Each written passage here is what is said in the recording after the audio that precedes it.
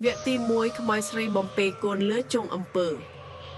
Cao nô cư nơ âm lông chăng 1995ទីដែលប្រទេសកម្ពុជាទើបតែងើបផុតពីភាពហ្វឹកវរហើយនៅតាមទីជនបទនានានៅតែមានភាពស្ងប់ស្ងាត់និងគួរឲ្យព្រឺខ្លាចនៅឯភូមិមួយដាច់ស្រយាលឈ្មោះថាភូមិត្រពាំងធំ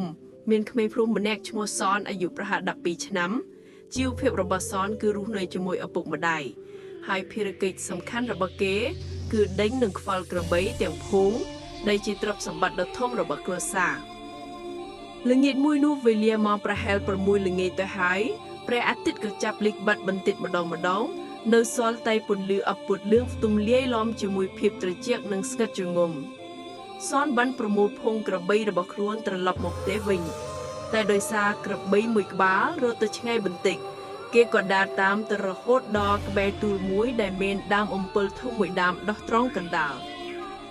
ខណៈពេលដែលសនកំពុងតែអូសទាញក្បាលក្របីនោះឲ្យដើរតាមក្រោយស្រាប់តែត្រចៀករបស់គេឮសូរសំឡេងខ្សឹបខ្សៀវដល់ចម្លែកមួយដូចជាសំឡេងមនុស្សលូងកូនសំឡេងនោះស្រួយដោយសំឡេងមនុស្សស្រីតែលាន់ឮតិចៗពីលើចុងដើមអំពិលខ្ពស់នោះទៅវិញសនចាប់ផ្ដើមព្រឺសម្បូរខ្ញាក់ខ្ញាក់គេព្យាយាមមិនខ្វល់ហើយចាប់ក្របីឲ្យតឹងដើម្បីបន្តដំណើរទៅមុខប៉ុន្តែសំឡេងនោះកាន់តែឮច្បាស់ឡើងដូចជាបទបំពេក្មេងសម័យបុរាណហើយនៅពេលដែលគេងើយមុខមើលទៅលើចុងដើមអំពិលនោះអ្វីដែលសនបានឃើញគឺជារូបភាពដែលដក់ជាប់ក្នុងខួរក្បាលរបស់គេអស់មួយជីវិតនៅលើមេឃអំពិលធំមួយដែលគ្របដណ្ដប់ទៅដោយស្លឹកស្ងួតមានខ្មោចស្រីម្នាក់កំពុងអង្គុយយល់យ៉ាងយឺតនាងស្លៀកពាក់អាវសស្ដាងយូរយ៉ាវណាស់មកហើយមើលទៅដូចជាមិនមានពណ៌ដិតល្អឡើយផ្ទៃមុខរបស់នាងមានសភាពស្លេកស្លាំងតែភ្នែកទាំងគូរបស់នាងសម្លឹងចុះមកខាងដោយទឹកមុខស្រប៉ាប់ស្រពោននៅលើភ្លៅរបស់នាងគេឃើញមានវត្ថុមួយមើលទៅដូចជាកូនក្មេងខ្ចីត្រូវបាននាងបីដោយដៃម្ខាង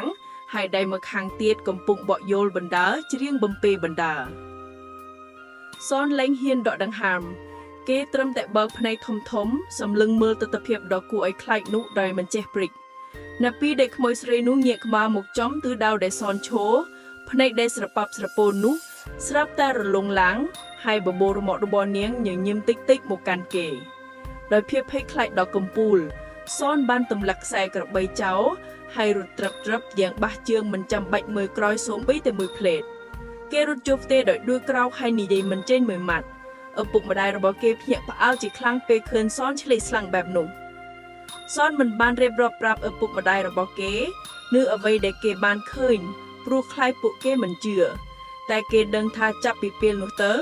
កន្លែងដើមអំពិលទូលនោះលែងមិនជាកន្លែងដែលគេអាចហ៊ានដើរទៅទៀតហើយភាពភ័យខ្លាចនេះ